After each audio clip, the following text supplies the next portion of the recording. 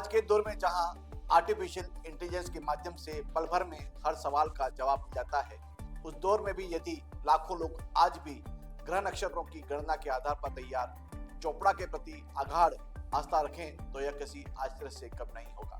आज हम आपको बांसवाड़ा के भोंगड़ा गांव में एक ऐसी परंपरा के बारे में जानकारी देने जा रहे हैं जो गत 135 साल से जनजाति क्षेत्र के लोगों का दिन जीतती आ रही है। बांसवाड़ा जिले के पंड्या परिवार की ओर से पिछले 135 सालों से लगातार मकर संक्रांति के दिन भोंगड़ा गांव में इस परंपरा को निभाया जा रहा है और हर साल इस आयोजन में आने वाले लोगों की संख्या में बढ़ोतरी ही हो रही है। इस परंपरा के तहत ज्योतिषीय गणनाओं के आधार पर तैयार किए गए चोपड़े को पढ़कर आने वाले साल के लिए भविष्यवाणियां की जाती हैं।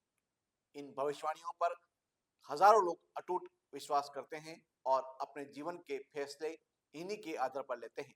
चोपड़ा दरअसल एक प्रकार का ज्योतिषीय कैलेंडर होता है। इसे देववटनी एकादशी से लेकर मकर संक्रांति तक विभिन्न पंचांगों का अध्ययन करके तैयार किया जाता है। इस दौरान ज्योतिषाचार्य ग्रह नक्षत्रों की चाल का गहन अध्ययन करते हैं और फिर अपनी कुशलता के एक ऐसा चोपड़ा तैयार करते हैं जिसमें आने वाले वर्ष के लिए मौसम, कृषि, राजनीति, समाज आदि से जुड़ी भविष्यवाणियां होती हैं। इस परंपरा की शुरुआत तत्कालीन भोंगड़ा निवासी पंडित दौलतराम पंड्या ने 1890 में की थी। उनके बाद उनके पुत्र पंडित केफरलाल पंड्या और उनके पोते पंडित प्रकाश चंद्र पंड्या ने निभाया और अब उनके प्रपुत्र पंडित दक्षेश पंड्या इस परंपरा को निभाते आ रहे हैं।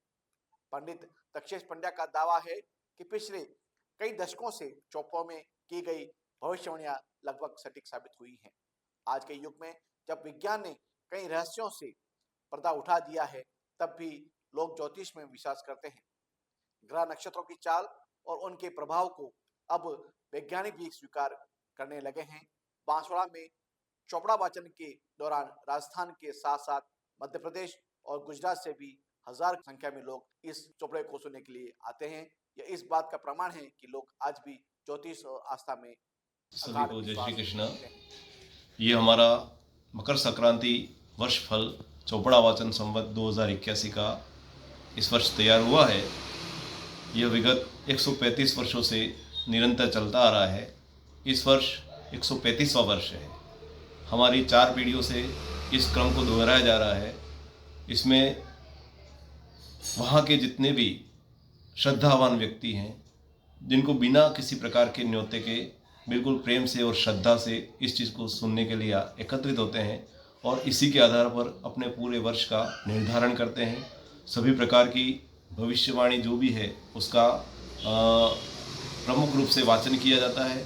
साल भर व्यक्ति विशेष पर अलग अलग ग्रहों का क्या प्रभाव पड़ेगा, फसल पर, उद्योग धंधों पर, राजनीतिक दलों पर और व्यक्ति के शारीरिक, आर्थिक और मानसिक और सभी प्रकार की क्रियाओं को निर्धारित करने के लिए ये वर्ष हम चोपड़ा वाचन हमारे द्वारा किया जाता है। इस बार माताजी किसमें सवार होकर आ रही हैं? इस वर्ष माताजी घोड़े को आगे सारथी के रूप में और वाहन के रूप में बाघ, शेर को लिया गया है। इसका क्या प्रकोप रहेगा?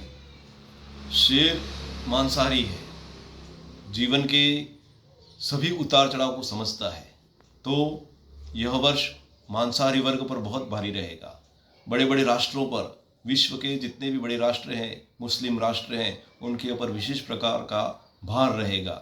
उनके ऊपर अलग प्रकार की बीमारियों का संक्रमण भी रहने का समय है, अतः उन्हें भी सावधान रहना चाहिए।